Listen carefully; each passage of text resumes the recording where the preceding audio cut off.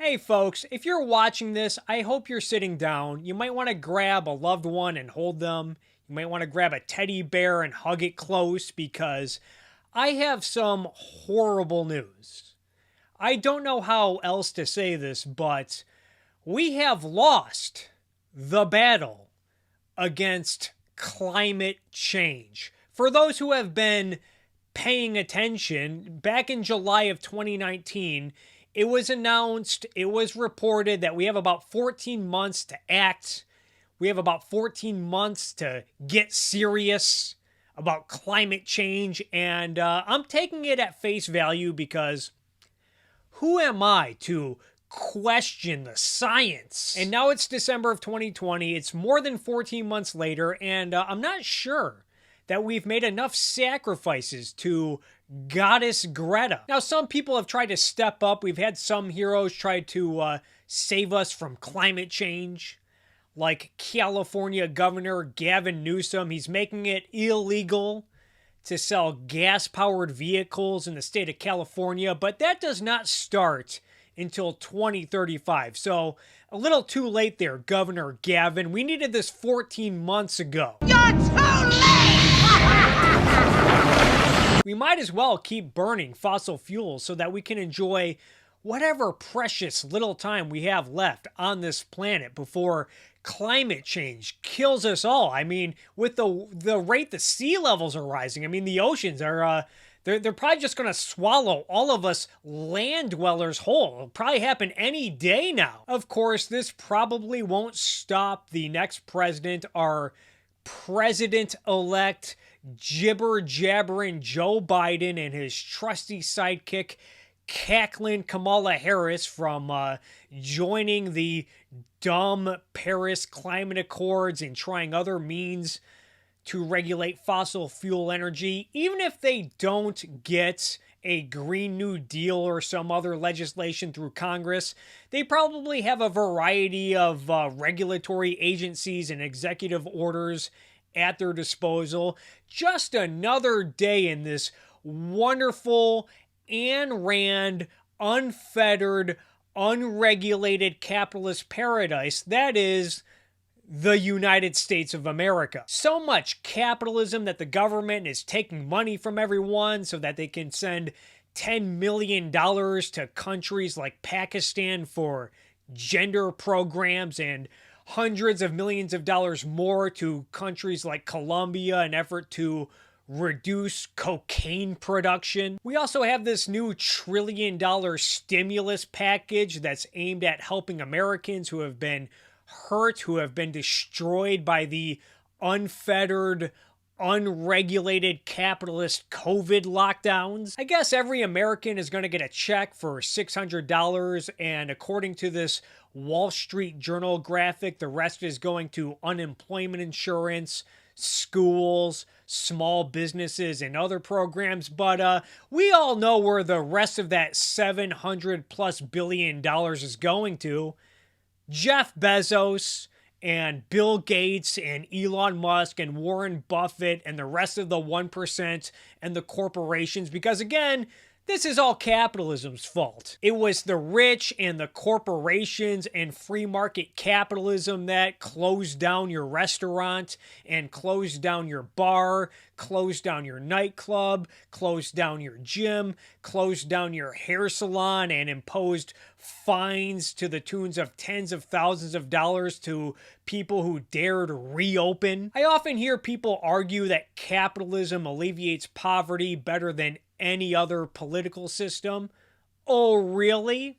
Then explain why it's illegal in the state of Washington to open a food pantry for the poor without permission from government bureaucrats. Apparently, it's also illegal in the state of Washington to grow your own food and grow your own produce and then donate it to people who happen to live in what are called pest-free zones. So much for free markets helping out the less fortunate. Take that, Milton Friedman. Earlier this year, Uber Eats had to stop delivering foods to certain areas in San Francisco because of the city's unfettered, unregulated capitalist price controls, just another multi-billion-dollar corporation raking in billions of dollars by not serving customers. Speaking of Uber, the company, along with its competitor Lyft, had to spend hundreds of millions of dollars on a ballot proposal this year in California to get exempt from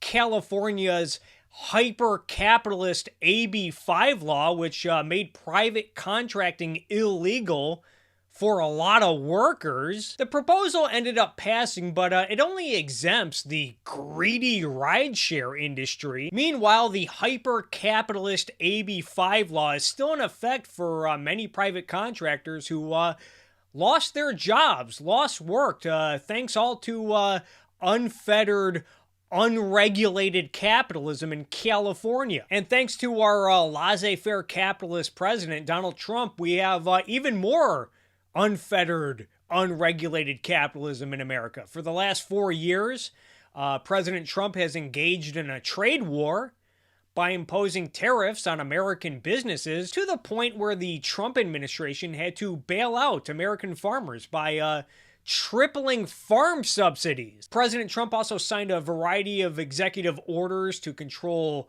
drug companies with a variety of price controls. He also tried to change taxes and welfare benefits through executive order. He also issued a moratorium on rent. Over the summer, President Trump tried to ban the Chinese social media company TikTok.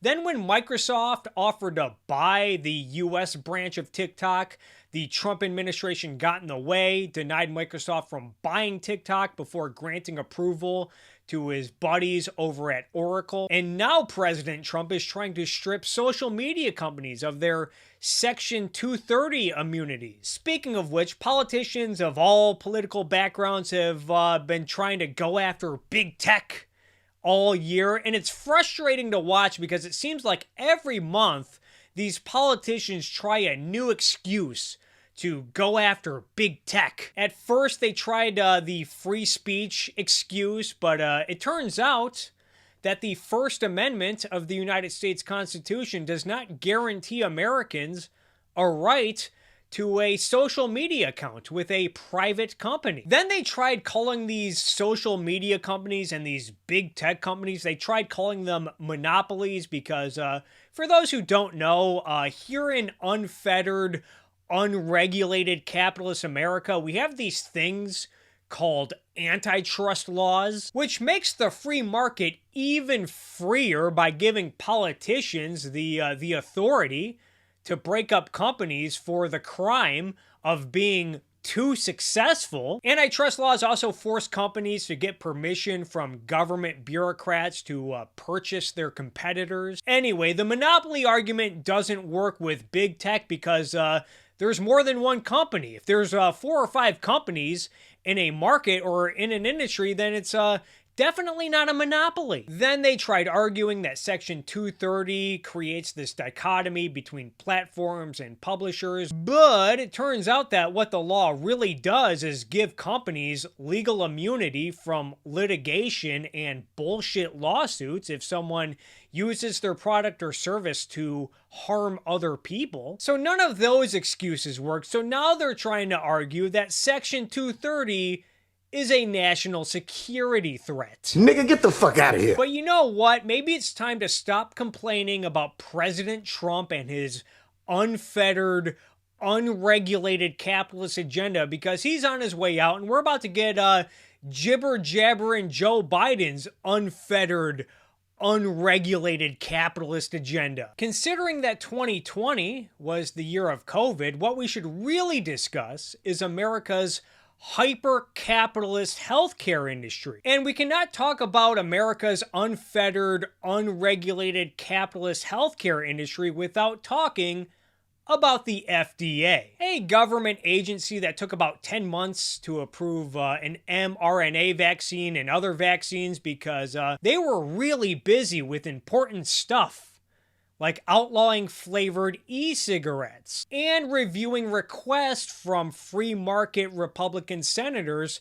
seeking to outlaw abortion pills, and blocking ethanol-based hand sanitizers from coming to the market when demand for hand sanitizer was through the roof, and getting in the way of N95 mask manufacturers, and preventing a variety of COVID tests from coming to the market, and even the ones that got approved come with strings attached like doctor supervision, because apparently everyone needs an expert to help them with difficult tasks like shoving a cotton swab up their nose. Anyway, I can go on all day about the FDA. The point is, nothing says unfettered, unregulated capitalism like a regulatory agency that gets to decide which drugs, medicines, treatments, and medical devices that we're allowed to produce, trade, and use.